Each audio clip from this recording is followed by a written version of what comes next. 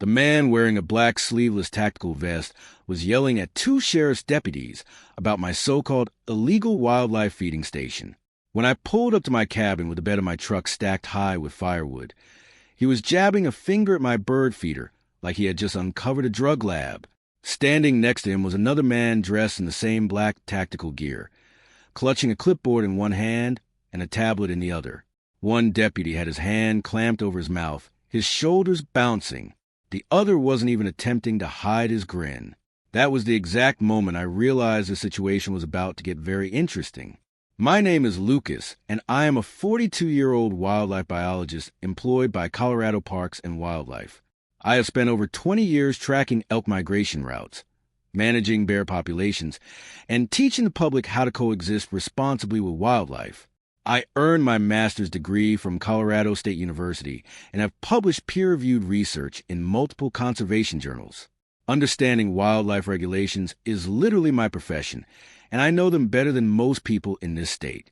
I purchased my cabin in the Ponderosa Ridge area outside Denver 3 years ago for one specific reason. It sits on 2 acres of unincorporated county land with absolutely no HOA restrictions. That was the whole appeal. No rules about shutter colors, no complaints about stacked firewood, and certainly no one telling me I couldn't hang a bird feeder on my own land. The man finally noticed me and immediately redirected his rage. You're the owner of this property. Do you have any idea how many violations you're accumulating right now? I stepped out of my truck, slowly, and took in the full scene. The 2 men in tactical vests were clearly trying to look official. The taller one had a radio clipped to his belt that still looked brand new, with part of the price sticker peeling off. The shorter one held a tablet that wasn't connected to anything at all. Its screen completely black. Their unmarked white F-250 was parked diagonally across my driveway like they owned the place. Violations of what exactly? I asked evenly. The taller man stepped forward and consulted his clipboard with exaggerated seriousness. The Ponderosa Ridge Homeowners Association Environmental Protection and Wildlife Management Code. Section 4.7. You are operating an unauthorized wildlife attraction device without proper permits or an impact assessment. I blinked, then glanced at the deputies. The younger one was biting his lip so hard I thought it might bleed. The older deputy, whose name tag read Morrison, simply shook his head slightly and motioned for me to continue. A wildlife attraction device. I repeated carefully. You mean my bird feeder? That is correct, the man snapped. He looked to be in his 40s, with short brown hair and the kind of aggressive confidence that comes from never being challenged.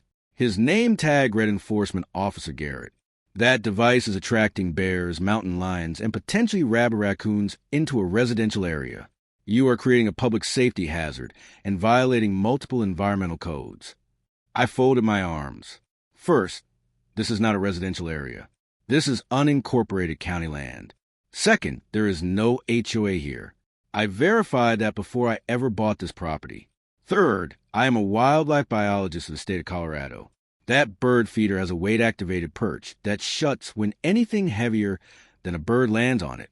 It is literally designed to be bear-proof. The second man, shorter with a thin mustache and a name tag reading Officer Vance, raised his radio and pretended to speak into it. Command! We have a hostile property owner refusing to comply, requesting backup for code enforcement. Deputy Morrison finally broke. He let out a sharp laugh and tried to disguise it as a cough. Sir, I'm going to need to see identification and documentation showing that you represent a legitimate HOA with jurisdiction over this property. Garrett produced a laminated card that read Ponderosa Ridge HOA Environmental Compliance Officer with his photo underneath. There was no official seal, no registration number, just a cheaply laminated card that looked like it came from a copy shop. This property falls under our jurisdiction as of the county rezoning last month, Garrett declared. All properties within a 5-mile radius of Ponderosa Ridge are now subject to our environmental and aesthetic standards. I pulled out my phone. That's interesting, because I work directly with the county planning department on wildlife corridor projects. There hasn't been any rezoning. And even if there had been, you can't retroactively force unincorporated land into an HOA without owner consent and a formal annexation process. Vance stepped closer, trying to loom. We have documented 17 separate violations on this property. Unauthorized wildlife feeding, unapproved firewood storage, non-compliant natural landscaping, and failure to obtain environmental impact permits. Each violation carries a fine of $1,200, plus daily penalties until compliance. Deputy Morrison was writing furiously in his notepad now. The younger deputy, Sullivan, was recording everything on his body camera, clearly fighting the urge to laugh. "So, you're telling me," I said slowly, "that my bird feeder, my firewood pile, and my pine trees are HOA violations on land that isn't part of an HOA?" "Correct," Garrett said flatly. "You have 72 hours to remove all violations and submit payment for accumulated fines. That amount is currently $20,400. That was the moment Deputy Morrison completely lost it. He doubled over laughing so hard he had to brace himself against his patrol car. Deputy Sullivan followed right behind him, letting out a wheeze he had clearly been suppressing for several minutes. "I'm sorry," Morrison gasped, wiping tears from his eyes. "I can't help it. This is the most ridiculous thing I've heard all year. You called us out here because this man has a bird feeder and a firewood pile on his own unincorporated property." Garrett's face flushed a deep red. "This is not a joke, Deputy. We are official HOA enforcement officers with legal authority to issue citations and collect fines on unincorporated county land." Morrison straightened up, forcing himself back into a professional tone.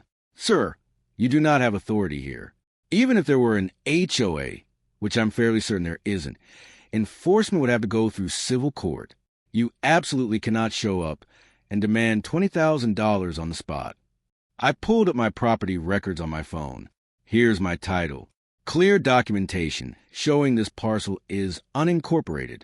No covenants, no conditions, no restrictions. I had a title company confirm this specifically before purchase. Van still refused to retreat.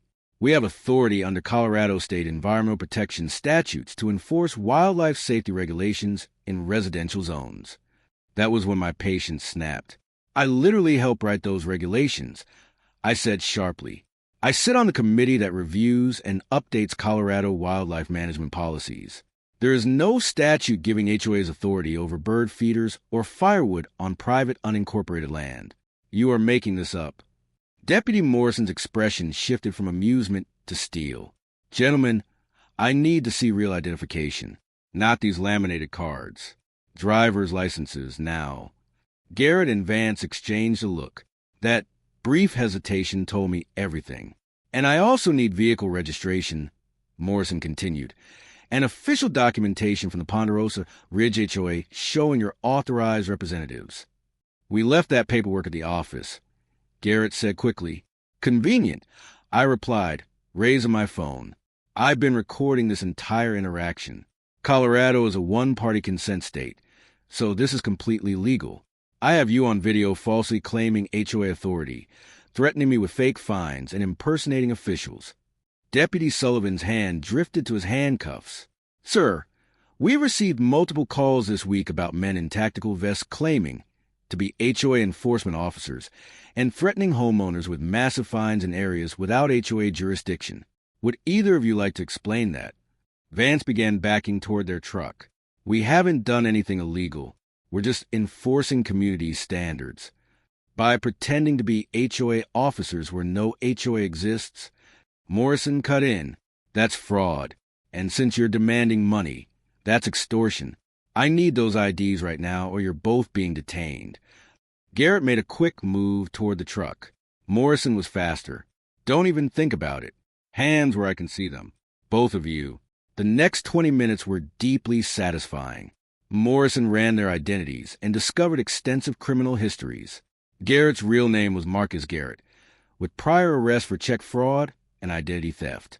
Vance, actually Kevin Vance, had served time for a contractor scam in Arizona. Neither had any connection to a legitimate HOA. The tablets, clipboards, and laminated badges were pure props. Morrison called for backup, and additional units arrived within 15 minutes. A detective from a county sheriff's fraud division showed up and immediately took charge. Her name was Chun. I gave my statement and handed over my recording. She watched the footage with growing irritation. "This is some of the most blatant fraud I've seen," she said. "They're not even trying to make it believable." "The wildlife attraction device claim is what really got me," I added. "I installed these exact bird feeders on public land for the state. They're certified bear resistant. Calling them dangerous is absurd." Detective Chun nodded. "We've had reports, but this is the first time we've caught them red-handed with evidence like this. Your recording and professional testimony are going to be critical." Garrett and Vance were arrested for fraud, attempted extortion, and criminal impersonation. Their truck was impounded, and a search uncovered fake HOA documents for at least 7 fictional associations, along with payment records showing over $40,000 collected from homeowners in 6 months. 4 months later, the case went to trial. I testified, dismantling their fabricated wildlife claims piece by piece. Other victims came forward, including an elderly couple who had paid $5,000 under threats of losing their home. The jury convicted both men on all counts. Garrett received 6 years in state prison. Vance received 5. Restitution was ordered for every victim. Months later, Detective Chun followed up to tell me the case had led to a countywide HOA fraud alert system. I kept my bird feeder up and added 3 more, with an informational sign about native birds. Every time I watch chickadees and nuthatches, I think about deputies laughing at the idea of a bird feeder being an illegal wildlife device. Know your rights. Verify everything. And never let someone bully you with fake authority.